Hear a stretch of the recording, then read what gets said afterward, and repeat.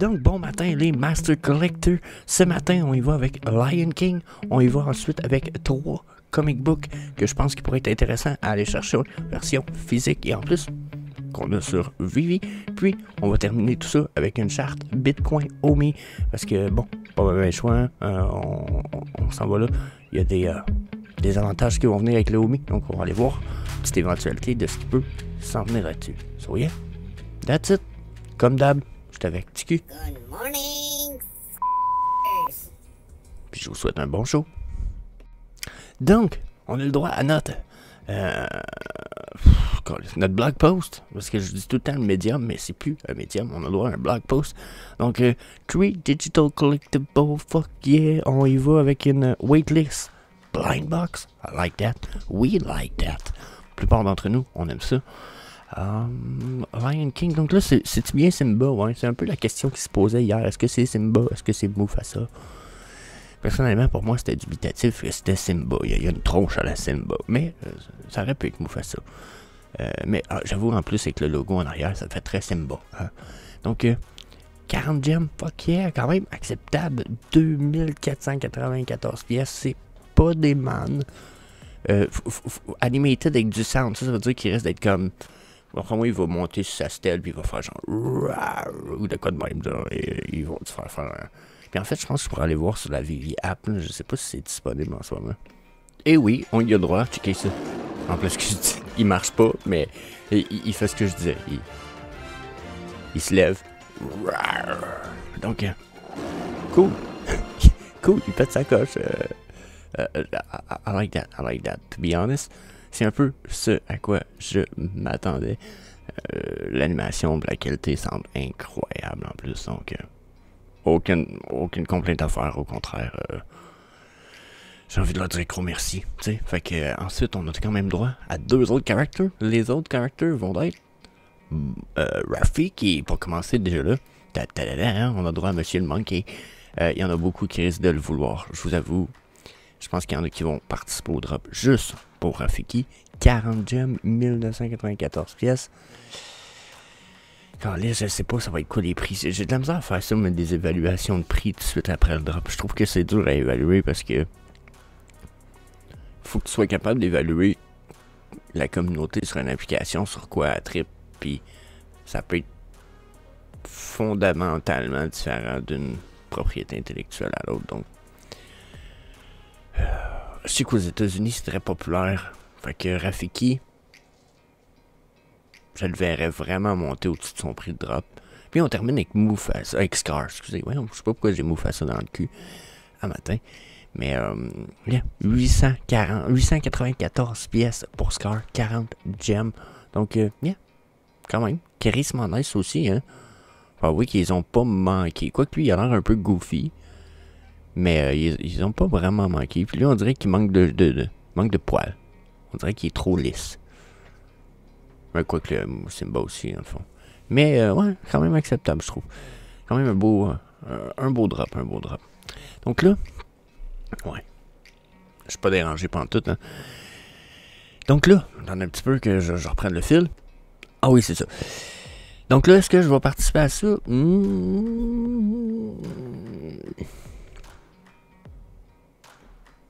Je dis-tu non? Je sais pas. Je sais pas si je vais participer. Je pense que non. Je sais, je veux le crayon, mais je pense que je vais garder justement mes gemmes pour acheter le crayon secondary market. Je vais pas prendre 40 gemmes pour... Ah, je sais pas. I don't know. Je vous avoue, je sais pas. J'aimerais ça en fait que vous me donniez votre avis dans les commentaires. Est-ce que ça vaut plus la peine de prendre le drop pour avoir le crayon ou d'attendre puis d'acheter juste le crayon? Pour l'instant, j'ai juste acheté les crayons parce que j'ai manqué les drops. Le crayon plutôt parce qu'il y a que le crayon rouge de sortie. Donc il va falloir que j'achète le crayon bleu aussi. C'est quoi l'approche à prendre? C'est quoi l'approche? Dites-moi ce que vous en pensez, bien entendu, dans les commentaires.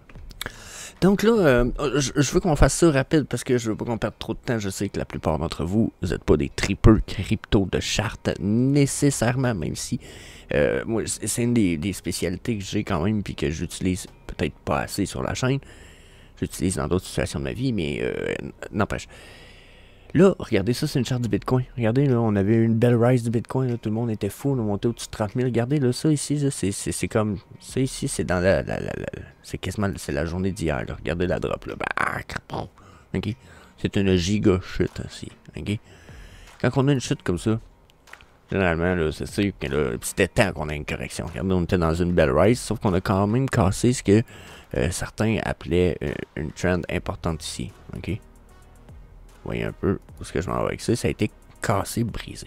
Donc là, c'est cassé, brisé. Moi, je m'attends quand même jusqu'à un certain point à une correction. Parce que là, pour moi, ce qu'on faisait, c'est ce qu'on appelle une Elliott Wave. Une Elliott Wave, c'est ce qui vient de s'afficher en vert ici.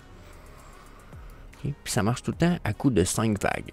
3 montantes, 2 descendantes. Une montante, descend, monte, descend, monte. Puis généralement, qu'est-ce qui se passe après un Elliott Wave comme ça? Puis bon, hein, c'est pas toujours précis, adéquat à 100%, mais ce qui arrive, c'est qu'on a une correction wave. La correction wave, la manière qu'elle fonctionne, elle fonctionne en 3 paliers dans ce cas-ci. La première est quand même assez drastique. Généralement, on a une remontée, puis on a une rechute. La rechute tombe soit au point initial de la première chute en bleu, ou on va tomber, comme je l'avais placé un peu plus avant, un peu plus bas. Là, vous voyez, on a des lignes roses ici dans ma charte. Pour moi, c'est des niveaux importants qu'il va falloir vérifier. Puis on a un rectangle jaune. Donc là, le rectangle jaune, lui, affiche une zone de résistance très importante qui, d'après moi, va être très dure à traverser et dans laquelle on risque de rester soit dedans, dessous, dedans ou dessous. OK? Puis en rose, bon, on a des zones de rebond quand même importantes aussi. Donc là, je serais capable de voir du 24 et du 22 000 arriver pour le Bitcoin dans les semaines à venir. Attendez-vous à ce que ça soit une possibilité. Par contre, on est probablement dû pour avoir un retour haussier vers les 29-30 000 avant de revoir une rechute peut-être plus bas. Donc ça, c'est ce que j'attends pour les semaines à suivre pour le Bitcoin. Là, pourquoi on a parti avec le Bitcoin? Parce qu'on s'en va sur le OMI's, motherfucker. Parce que le OMI aussi est quand même intéressant. On a plein de nouvelles pour le OMI. C'est le temps de le mettre dans votre wallet en Layer 2.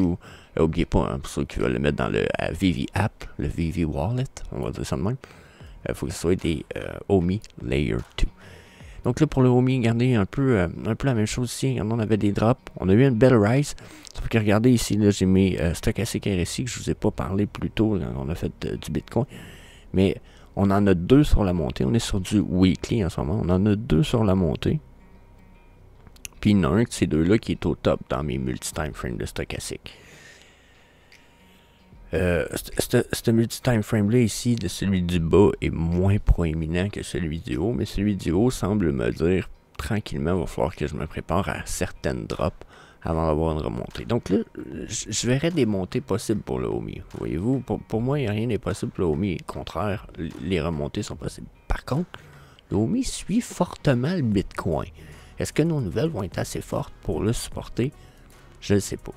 Je ne sais pas. Sur le weekly, quand je regarde ça, sur plusieurs semaines, je pense que oui, potentiellement, on pourrait arriver à avoir une remontée, mais sur le court terme, je pense que c'est quand même important de montrer ici que mon stochastique RSI a très bon potentiel pour aller faire des drop-down.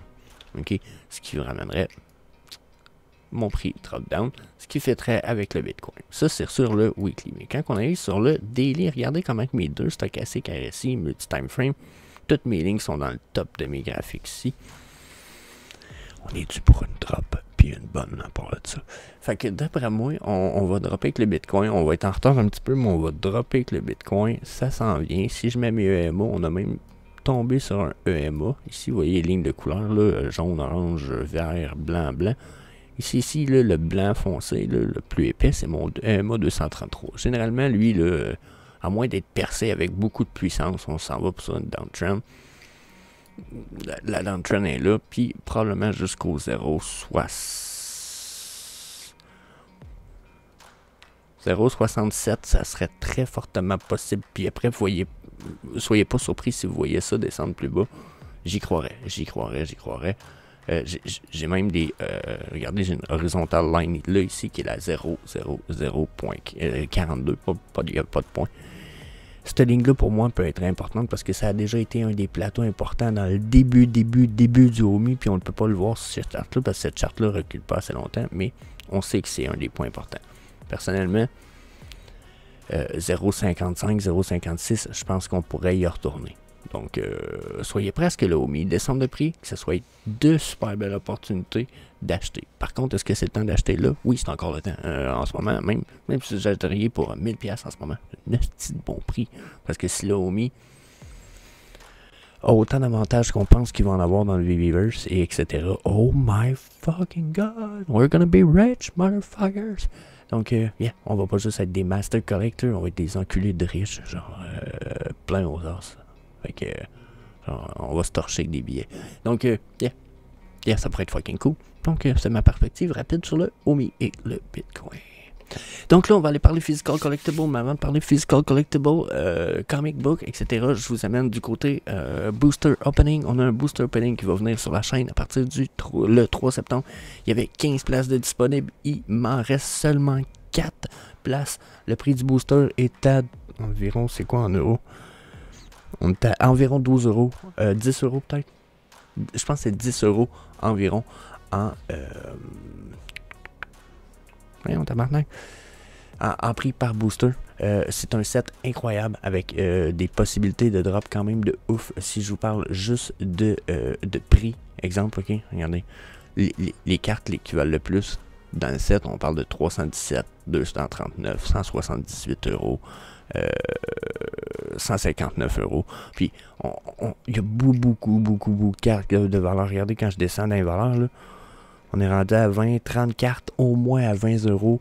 Puis ça, c'est genre le booster, les possibilités de payer son booster sont quand même pas mal bonnes. Des astis de belles cartes pour votre collection dans la mesure où que si c'est pas nécessairement des cartes de valeur, regardez celui-là, je pense que ça vaut 1 ou 2 piastres la carte. Mais checkez le Bulbasaur set ici. Ça, c'est le Charmander Charmeleon set. Le Squirtle puis le Wartortle set. Bien entendu, ils viennent avec l'évolution. C'est juste qu'ils sont placés ici. Regardez. Le Venusaur, Charizard.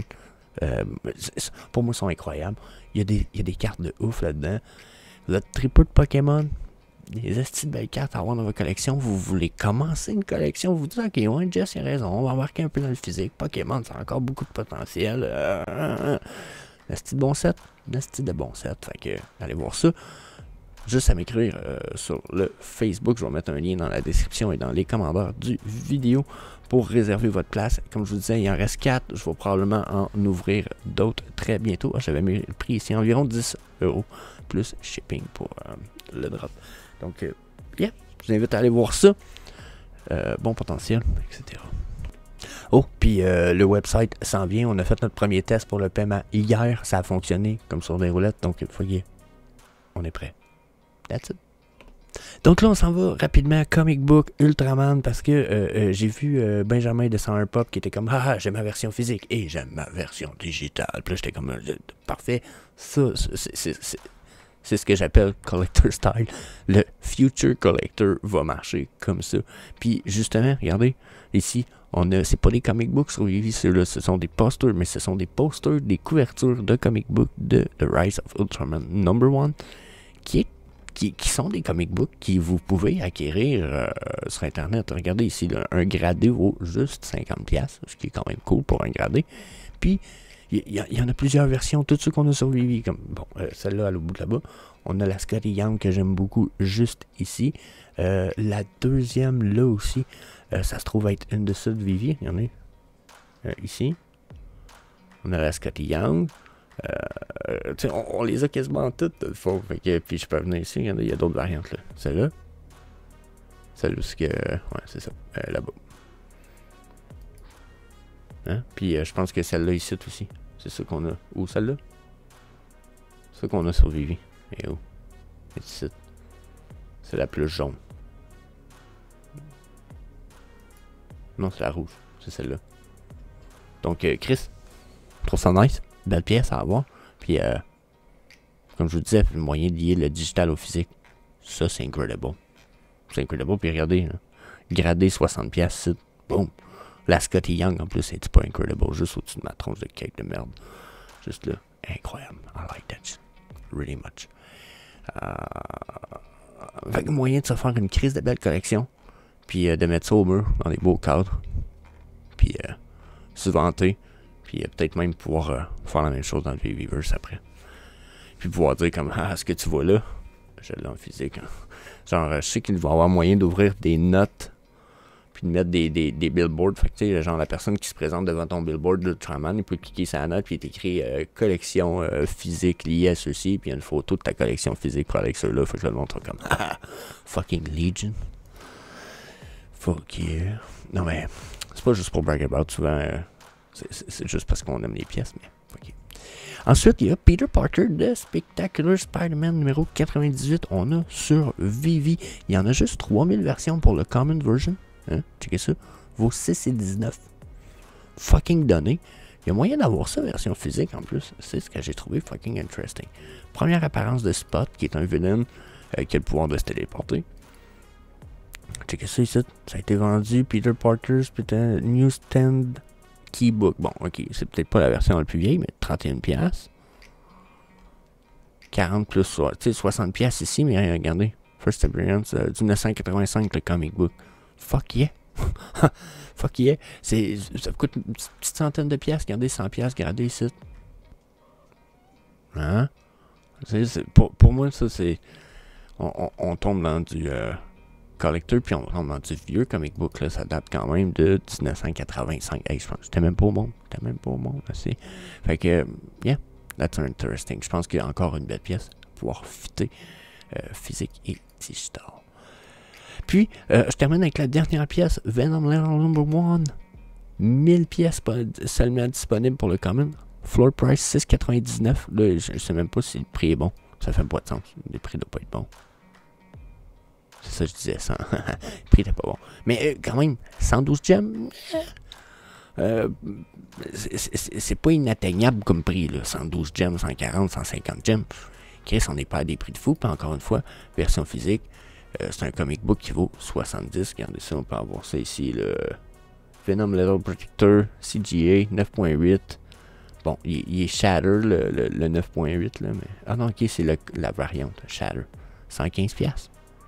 79$. Genre, il l'a même avec le Funko Pop, c'est 429$. Vous diriez, le Funko Pop, le comic book, la version digitale, je sais. Fuck yeah, I like that shit. C'est collector as fuck, genre master collector, pour ça. So, yeah. C'est ce que je pense qui est des bons petits trucs à aller chercher, question digital et physique. So, bien, je vous laisse là-dessus. N'oubliez pas d'aller voir les openings sur la chaîne, puis les vidéos qui vont apparaître à la place de ma tronche d'ici une couple de secondes. So, bien. Peace. See you later, alligator.